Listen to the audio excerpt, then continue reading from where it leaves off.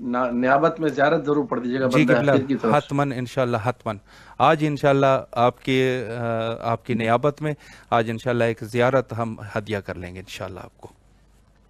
جزاکم اللہ، بہت شکریہ۔ مولا آپ کو سلامت رکھے قبلہ، فی امان اللہ، خدا حافظ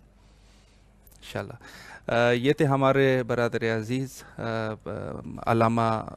اسد علی شاکری صاحب کراچی سے۔ بہت اچھی گفتگو فرمائی انہوں نے عدل پہ،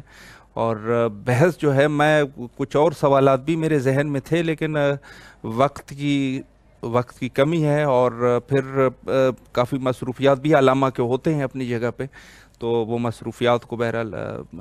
مد نظر رکھتے ہوئے ہم نے ان کو زحمت نہیں دی زیادہ، وگرنہ عدل ایک ایسے واقعہ ایک ایسا موضوع ہے کہ جس کے اوپر حد عقل اگر دیکھا جائے تو حد عقل اس کے اوپر کوئی 10 جلسے کم از کم گفتگو کرنی چاہیے، کم از کم، چونکہ جب بھی حدیث ہم اول پروگرام سے لے کر آج تک ہم نے کوئی 100 احادیث تو مختلف پروگرام میں آپ نے ملاحظہ فرمائے ہوں گے کہ مختلف یہ احادیث تلاوت ہوئے کہ امام جو ہے وہ زمین کو عدل سے پور کر دیں گے جس طریقے سے ظلم اور جور سے پور تھی۔ تو یہ عدل کا لفظ جو بار بار آ رہا ہے، تو اس کی کیا وجوہات ہے اور کیا ہے یہ عدل کی کیا اہمیت ہے؟ اور آخری گفتگو انہوں نے عدل حضرت امیر المومنین علیہ السلام پہ جو گفتگو فرمائی نہایت قابل استفادہ تھی، اور اس میں جو ہے انتہائی مہم چیزیں جو کہ اس میں عدل ہے، اور عدل واقعاً اس دور کی ضرورت ہے، اس دور کی کیا ہر دور کی ضرورت عدل ہے۔ اور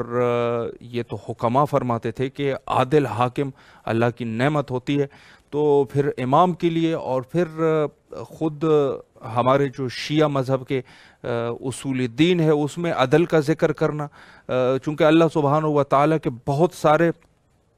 صفات ہیں، اور اس میں سے ایک صفت عدل ہے جس کو جا کے اصول دین میں ذکر کیا جا رہا ہے۔ اور آخر میں جیسے علامہ نے فرمایا کہ امیر المومنین کو شہید کیا گیا، اس کی علت کیا تھی؟ فرمایا کہ بشدت العدل، شدت عدل کی وجہ سے، چونکہ حضرت امیر اس قدر عدل کو پسند فرماتے تھے کہ حتیٰ اس کے دور میں کبھی کوئی بھوکا نہیں سویا۔ یعنی یہ تواریخ میں یہ چیزیں ملتی ہے کہ حضرت امیر نے جو بعض روایات کے مطابق جو کوفہ میں تقریباً 3.5 سال، بعض نے 5 سال تک بھی لکھی ہے، تو یہ جو عرصہ خلافت ہے حضرت امیر کا، فرمایا کہ کوئی بندہ یہاں پہ بھوکا نہیں سویا، کوئی بھی بھوکا نہیں سویا۔ آج کل کے حکمرانوں کے حالات آپ دیکھ رہے ہیں کہ کس قدر ان لوگوں نے جو ظلم ہے وہ کر رہے ہیں، اسی وجہ سے فرمایا کہ بغیر معصوم کے کوئی حکومت کر ہی نہیں سکتا، اس عدل کے تمام تقاضوں کو مد نظر رکھتے ہوئے کوئی نہیں کر سکتا۔ اس کی وجوہات یہ ہے، بے شک جیسے بھی حکومت بنائیں گے وہ حکومت جو ہے وہ ناقص رہے گی، چونکہ اس میں عدل مکمل طور پہ قائم نہیں ہو سکتا، اور عدل کو قائم کرنے کے لیے معصوم کی ضرورت ہے۔ معصوم نہیں ہوں گے تو عدل کو کوئی بھی قائم نہیں کر سکتا۔ اسی وجہ سے لوگوں نے حکومتیں بنائی اور کہا یہاں پہ وہ کریں گے اور یہ کریں گے اور وہ کریں گے، آخر میں کیا ہوا؟ آخر میں وہی ہوا جو کہ دوسری حکومت میں ہوتے ہیں۔ یعنی ایک حکومت کو انہوں نے کہا اس میں مکمل طور پہ ہم عدل کو قائم کریں گے اور ایسا کریں گے ویسا کریں گے، آخر میں پتہ چلا کہ یہ حکومت بھی کوئی دوسری حکومتوں سے کوئی زیادہ بہتر نہیں ہے، یا بہتر ہی نہیں ہے یا زیادہ، بلکہ آہستہ آہستہ اسی سٹینڈر میں آ گئی جس سے وہ ظالم حکمران جو حکومتیں کرتے تھے۔ تو یہ بہرحال اسی طریقے سے یہ ہیں، بے شک کوئی کتنے وعدے بھی دے، جو بھی کریں جو بھی نہ کریں، جو بھی حکومتیں بنی ہیں، کوئی حکومت بھی اس طریقے سے نہیں بن سکتی، اور اس کے لیے ضرورت ہے امام کی، اور اس دور کے جو امام ہے وہ امام حضرت امام زمانہ علیہ السلام ہے۔ تو ہمیں بہرحال ان کی حکومت کے لیے دعا کرنی چاہیے، اور آخر میں وہی دعا کرنی چاہیے جو کہ ہمیشہ ہم کرتے ہیں، اللہم عجل لولیک الفرج۔